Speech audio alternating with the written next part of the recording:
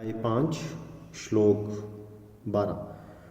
युक्त कर्म फला त्यक्त्वा शांति मापनोति नोष्टिकीमा अयुक्ता कामकारेण फले सक्तो निवद्यते।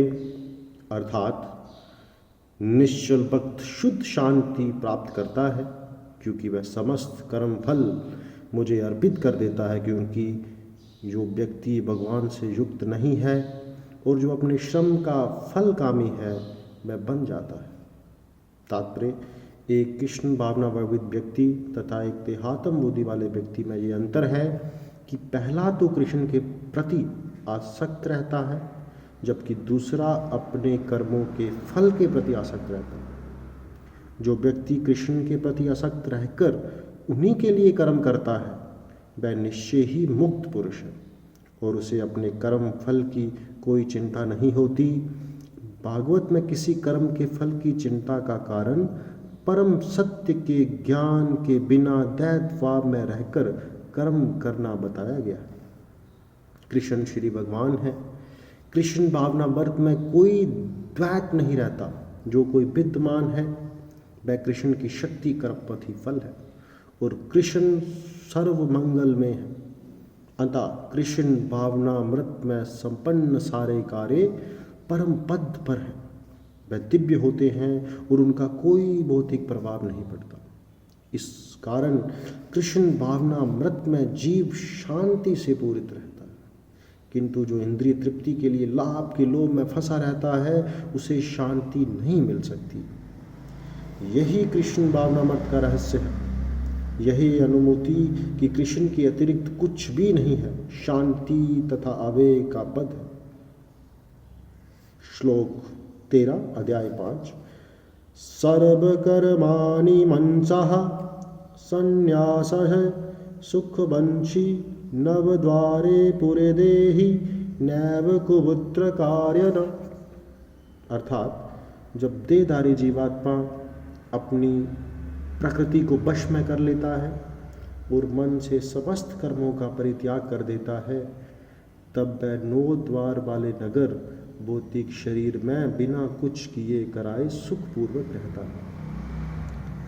तात्पर्य, देहधारी जीवात्मा में 9 द्वारों वाले नगर में वास करता है। शरीर अथवा नगर रूपी शरीर के कार्य प्राकृतिक गुणों द्वारा स्वतः संपन्न होते हैं।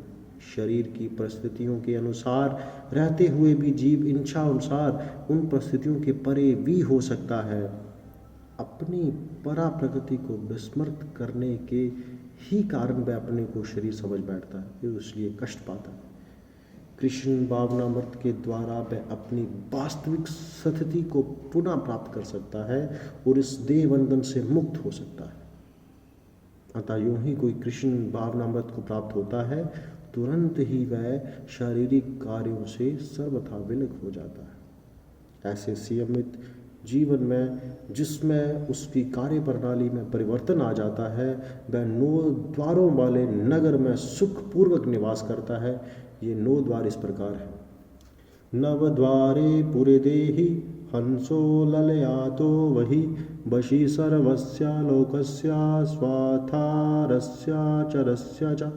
जीव के शरीर के भीतर वास करने वाले भगवान ब्रह्मांड के समस्त जीवों के नियंता है। ये शरीर 9 द्वारों, 2 आँखें, 2 नथुने, 2 कान, 1 मुंह, गुदा तथा उपस्थित से युक्त है। वृद्धावस्था में जीव अपने आप को शरीर मानता है, किंतु जब वह अपनी पहचान अपने अंतर के भगवान से करता है तो वह शरीर में रहते हुए भी भगवान की भक्ति मुक्त हो जाता है। अतः कृष्ण भावना भावित व्यक्ति शरीर के ब्रह्मा तथा आंतरिक दोनों कर्मों से मुक्त रहता है।